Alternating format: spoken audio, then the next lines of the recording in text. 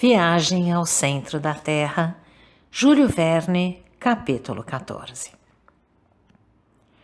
Stapi é um vilarejo que consiste em cerca de 30 cabanas, construídas em plena lava sob a luz do sol refletida pelo vulcão.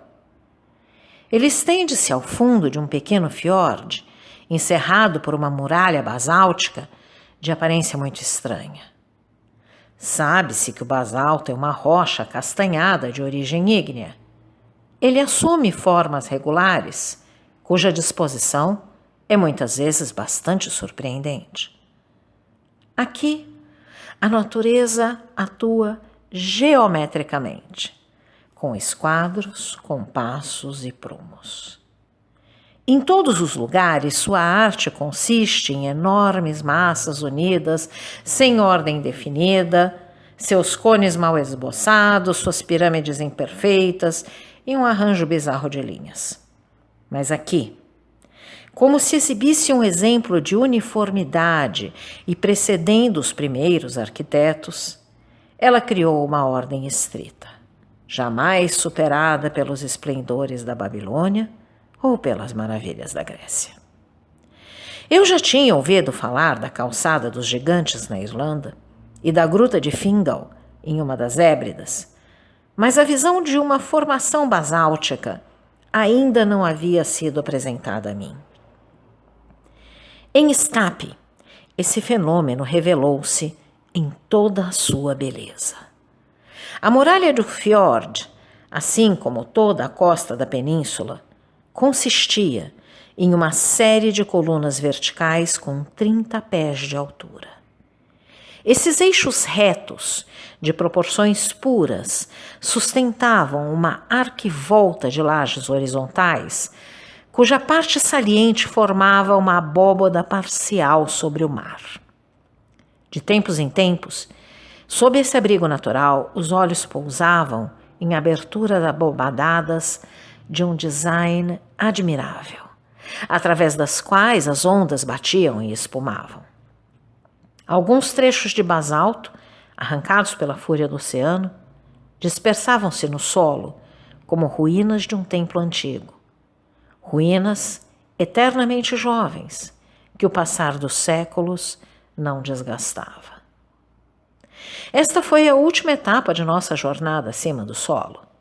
Hans nos conduzira até aqui com inteligência e me tranquilizei um pouco com a ideia de que ele continuaria nos acompanhando. Quando chegamos à porta da casa do pároco, uma cabana simples e baixa, nem mais bonita nem mais confortável do que as circunvizinhas, vi um homem ferrando um cavalo, martelo na mão, avental de couro amarrado nas costas. "Salverto!" cumprimentou o caçador. "God dag!" respondeu o ferreiro imperfeito dinamarquês. "Kyrkoherde", disse Hans, virando-se para o meu tio. "O pároco", repetiu o professor. "Parece-me, Axel, que esse bom homem é o pároco." Enquanto isso, nosso guia colocava o Kyrkoherde a par da situação. O último, interrompendo seu trabalho, proferiu uma espécie de grito sem dúvida usado entre cavalos e negociantes de cavalos, e imediatamente uma mulher alta e feia emergiu da cabana. Se ela não tinha 6 pés de altura, pouco lhe faltava. Tive receio de que ela oferecesse o beijo islandês aos viajantes, mas isso não aconteceu. E ela também não fez questão alguma de nos conduzir com graciosidade até a casa. O quarto de hóspedes, estreito, sujo e fedorento, parecia-me o pior de toda a casa. Mas tivemos que nos resignar com ele. O pároco não parecia praticar a hospitalidade à moda antiga. Longe disso. Antes que o dia terminasse, vi que estávamos lidando com um ferreiro, um pescador, um caçador e um carpinteiro, mas não com um ministro de Deus. Aquele era um dia útil, é verdade? Talvez aos domingos ele melhorasse. Não pretendo falar mal desses pobres sacerdotes que são, no fim das contas, miseravelmente pobres. Do governo dinamarquês recebem uma quantia ridiculamente pequena e 1/4 do dízimo da paróquia, que não chega a 60 marcos por ano. Daí a necessidade de trabalharem para viver, mas quando alguém pesca, caça e ferra cavalos, acaba adotando o tom e os modos dos pescadores, caçadores e outras pessoas um tanto rudes. Naquela mesma noite, descobri que a temperança não estava entre as virtudes que distinguiam o nosso anfitrião. Meu tio logo entendeu com que tipo de homem estava lidando. Em vez de um homem bom e respeitável, encontrou um camponês rude e grosseiro. Ele decidiu, portanto, iniciar sua grande expedição o mais rápido possível e deixar aquele presbitério inóspito. Ele não se importava com sua exaustão e decidiu passar alguns dias na montanha. Os preparativos para a nossa partida foram, portanto, realizados no dia seguinte à nossa chegada a Stapi. Hans contratou os serviços de 3 islandeses para substituir os cavalos no transporte das bagagens. Porém, assim que chegássemos à cratera, esses nativos voltariam e nos deixariam à nossa própria sorte. Esse ponto ficou claramente acordado. Naquele momento, meu tio teve que explicar a Hans que sua intenção era prosseguir com a investigação do vulcão até seus limites mais distantes. Hans apenas assentiu. Ir para cá ou para lá, viajando pelas entranhas de sua ilha ou por sua superfície, não fazia diferença para ele. Quanto a mim, os incidentes da jornada haviam me distraído até então, fazendo-me esquecer um pouco o futuro. Mas agora uma agitação, mais uma vez, tomava conta de mim. O que fazer? Devia ter resistido ao Professor Lidenbrock em Hamburgo, não ao pé do Snaffles. Um pensamento acima de todos os outros me torturava. Uma ideia assustadora, capaz de me agitar nervos menos sensíveis que os meus. Vejamos, eu disse a mim mesmo. Escalaremos o Snaffles. Muito bem. Exploraremos sua cratera. Ótimo. Outros fizeram o mesmo sem morrer. Mas isso não é tudo. Se há uma maneira de penetrar nas entranhas da Terra, se esse infeliz Saknussemm dissera a verdade, nós nos perderemos entre as galerias subterrâneas do vulcão. Ora, não há provas de que Snaffles esteja extinto. Quem pode provar que uma erupção não está se formando nesse exato momento? Só porque o monstro dorme desde 1229, acredita-se que nunca mais acordará? E se acordar?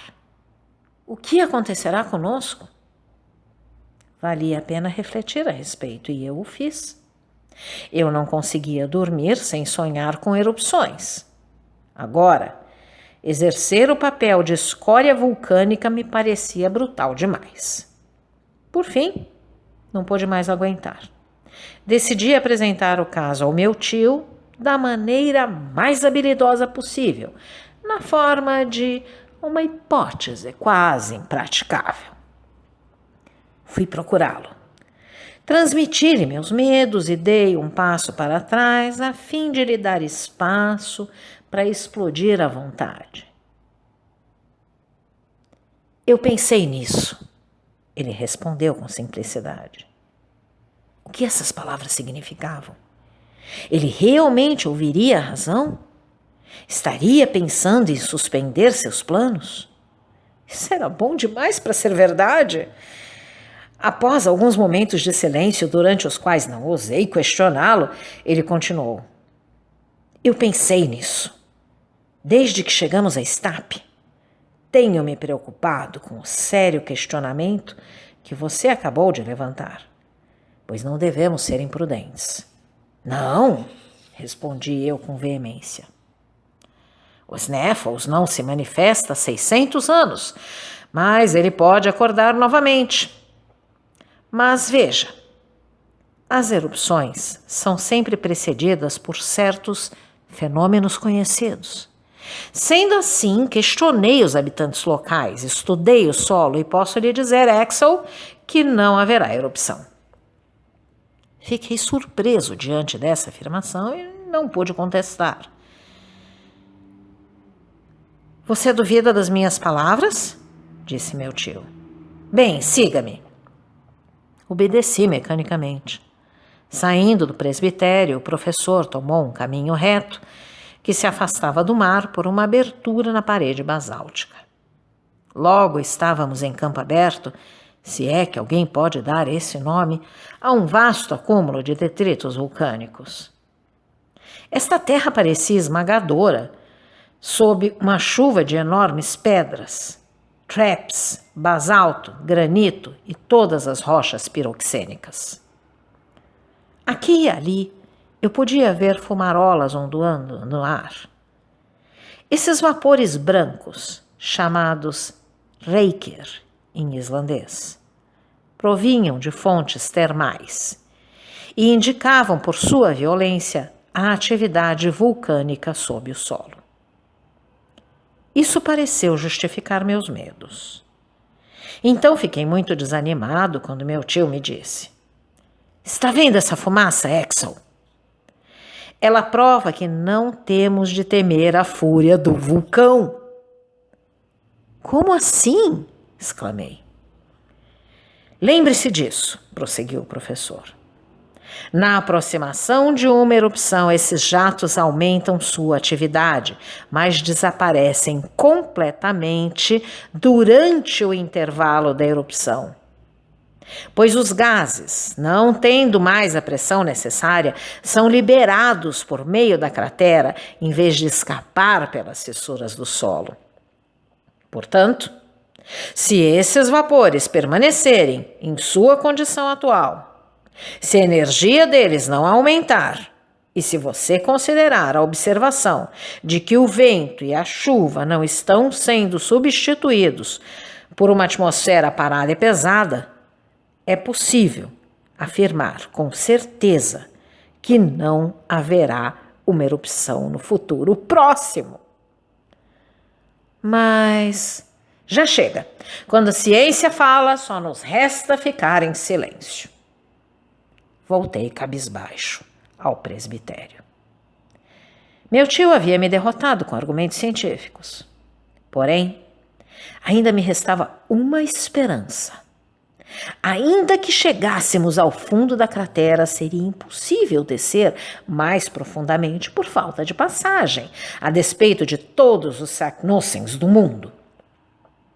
Passei a noite seguinte em um constante pesadelo no coração de um vulcão, e das profundezas da Terra me vi atirado para espaços interplanetários na forma de uma rocha vulcânica.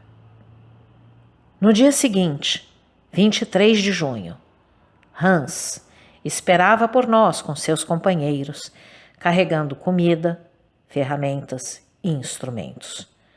2 bastões com pontas de ferro, 2 rifles e 2 cintos de munição foram reservados para meu tio e para mim. Hans, um homem precavido, acrescentara às nossas bagagens um odre de couro cheio de água que, com nossos cantis, nos abasteceria por 8 dias. Eram 9 horas da manhã. O pároco e sua enorme mulher estavam esperando na porta. Sem dúvida queriam nos oferecer o mais caloroso adeus do anfitrião ao viajante. A despedida, porém, assumiu a forma inesperada de uma conta enorme, na qual fomos cobrados até pelo ar do presbitério. Ar fétido, devo mencionar. Esse respeitável casal estava nos depenando como os hoteleiros suíços e cobrava um preço alto por sua superestimada hospitalidade. Meu tio pagou sem pechinchar. Um homem que estava partindo para o centro da terra não se importava com alguns risdales. Acertada essa questão, Hans deu o sinal para partirmos e logo deixamos Stapi para trás. Então, caro audioleitor, se você gostou deste conteúdo, deixe seu like e inscreva-se no canal ativando o sininho para ser notificado dos próximos vídeos, com os próximos capítulos deste e de outros livros que estarei publicando. Um grande abraço e até a próxima!